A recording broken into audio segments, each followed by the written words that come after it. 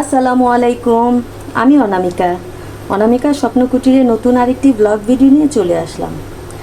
আজকে আমি রান্না করব কাচকি মাছ চচ্চড়ি। এখন এটাকে আর কি নামে ডাকে তা আমার জানা নেই, আপনারা দেখলেই বলতে পারবেন। কাচকি মাছের চচ্চড়ি করব আমি। কি দিয়ে কিভাবে চচ্চড়ি করি সেটাই আমি আপনাদের সাথে শেয়ার করব। কে কিভাবে করেন সেটা আমাকে কমেন্টে জানাবেন, আমিও আপনাদের মতো করে খাওয়ার চেষ্টা করব। আর আমি যেভাবে করেছি সেভাবেও ট্রাই করে দেখবেন, মনে হয় খারাপ লাগবে না।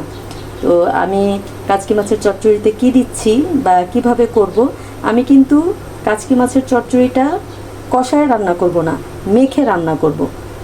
আপনারা কাচকি মাছের সাথে অনেক কিছুই দিয়ে চচ্চড়ি করতে পারেন।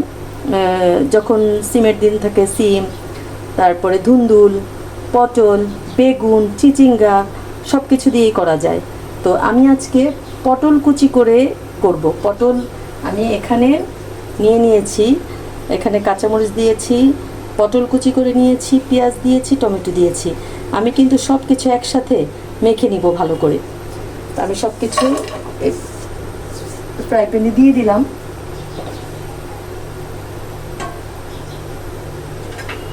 এখানে দিয়ে দিচ্ছি সামান্য পরিমাণের আদা রসুন বাটা। আপনারা গুঁড়া মাছে যে যেরকম খান সেভাবেই দিবেন।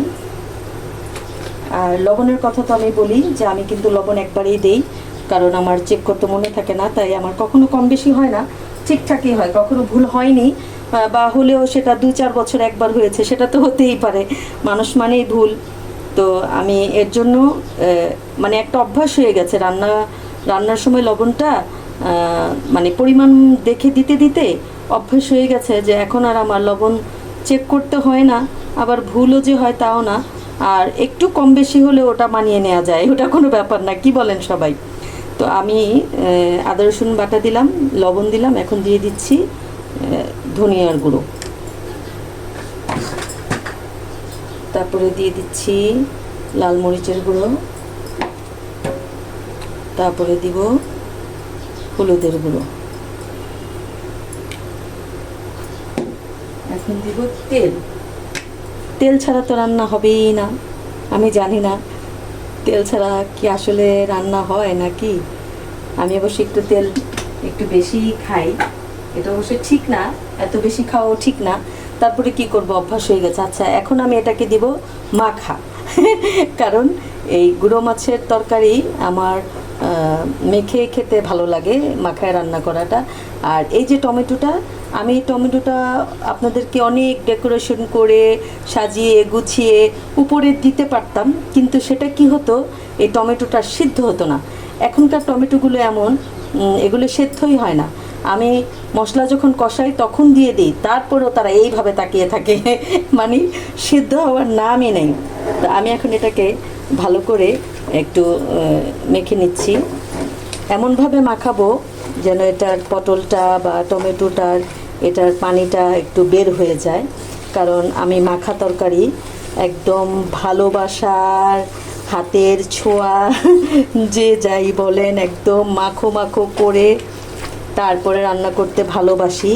কারণ তাহলে এই সবজিটা থেকে যে আমি মেখে মেখে যেই জুসটা বের করে নিলাম, সেই জুসটা দিয়েই মোটামুটি তরকারিটা রান্না হয়ে যাবে। পানি দিলেও আমি সামান্য পানি অ্যাড করব, হাতে ধোয়া যতটুকু পানি লাগে। এভাবে আপনারা অনেক কিছু কুচি করেই কাচকি মাছ খেতে পারেন।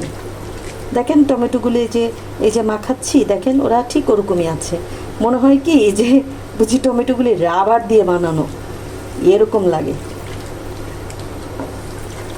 একটু ভালো করে মেখে মেখে নিচ্ছি।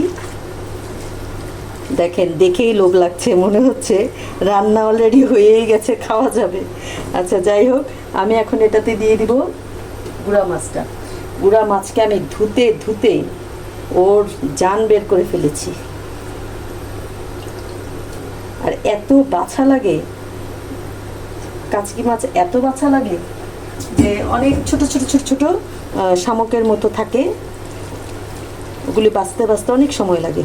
আচ্ছা, যাই হোক, আমি এটাকে একদম ভালো করে মিলিয়ে দিলাম। এখন আমি দিয়ে দিব হাতে ধোয়া সামান্য পানি।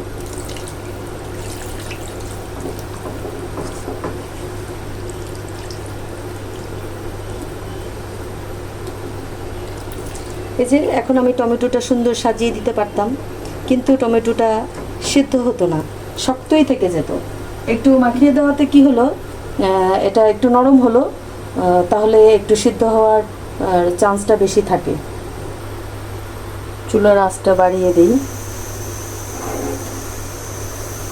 আমি এটাতে ঢাকা দিয়ে দিব, আস্তে আস্তে হোক। আর সবাই আমার চ্যানেলটিকে লাইক কমেন্ট শেয়ার করে দিবেন, সাবস্ক্রাইব করে দিবেন। যারা সাবস্ক্রাইব করেছেন তারা তো আমার ভালোবাসার মানুষ, আমার সাথে আছেনই। আর যারা করেননি নতুন, তারা অবশ্যই সাবস্ক্রাইব করে সাথে থাকবেন। আমিও আপনাদের সাথে থাকবো, ভালোবাসা দেব। আর লাইক কমেন্ট শেয়ার করে দিবেন। কমেন্টের সাথে সাথে অবশ্যই লাইক বাটনটা প্রেস করবেন, প্লিজ প্লিজ প্লিজ। আর এটা রান্নাটা হোক, দেখি কেমন হয়, আপনাদের সাথে শেয়ার করব।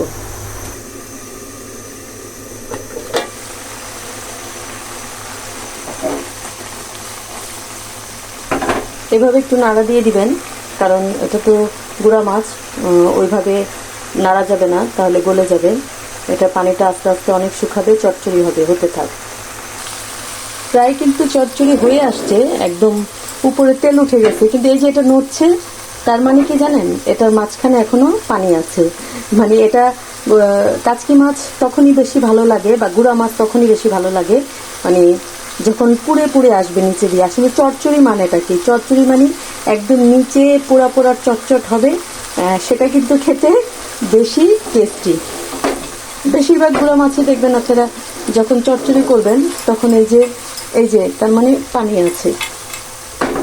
এখন আরেকটু শুকাবে, তারপর আমি ধনেপাতা দিব, ধনেপাতা দিয়ে নামিয়ে ফেলবো। একটু এটাকে আরেকটু পোড়া পোড়া করি। এই যে এখন আমি নাড়ছি, এখন কিন্তু বেশি নড়ছে না, তার মানে এটা অলমোস্ট হয়ে আসছে। এখন আমি ধনেপাতা দিয়ে দেব। আমরা যখন ছোটবেলা শীতের দিনে ধনেপাতা পাওয়া যেত, সারা বছর পাওয়া যেত না, তখনকার ধনেপাতাটা এত টেস্টি ছিল, মানে খুব সুন্দর ঘ্রাণ ছিল। এখনকার ধনেপাতা 12 মাস পাওয়া যায়, ভালো, আমরা সবসময় খেতে পারি, কিন্তু সেই স্বাদ কিন্তু নেই, ওরকম কিন্তু ঘ্রাণ নেই। দেয়া আর কি, কোনো রকম একটু দিলাম, এটাই, কোনো টেস্ট, একটু স্মেল আসে সামান্য হালকা, কিন্তু শীতের সিজনে যেটা হয় সেটা আর পাওয়া যায় না। এখন তো শীতের দিনের ধনেপাতা তো কোনো ঘ্রাণ পাই না, মনে হয় সবই হাইব্রিড হাইব্রিড। যাই হোক, তো আমার রান্নাটা শেষ হয়ে গেল। আমার মতো করে রান্না করে খেয়ে দেখবেন কেমন হয়, আর আপনাদের মতো আমি রান্না করে ট্রাই করব, কারটা ভালো হয়। অবশ্যই নতুন নতুন সবই মজাদার, খুবই খুবই ভালো লাগে যে যেভাবেই করেন। তো আজকে এই রান্নাটি আপনাদের সাথে শেয়ার করলাম। সবাই ভালো থাকবেন, সুস্থ থাকবেন, নিরাপদে থাকবেন। আমার পরিবারের জন্য দোয়া করবেন, আমরা যেন সুস্থ থাকি, নিরাপদে থাকি, ভালো থাকি। আসসালামু আলাইকুম।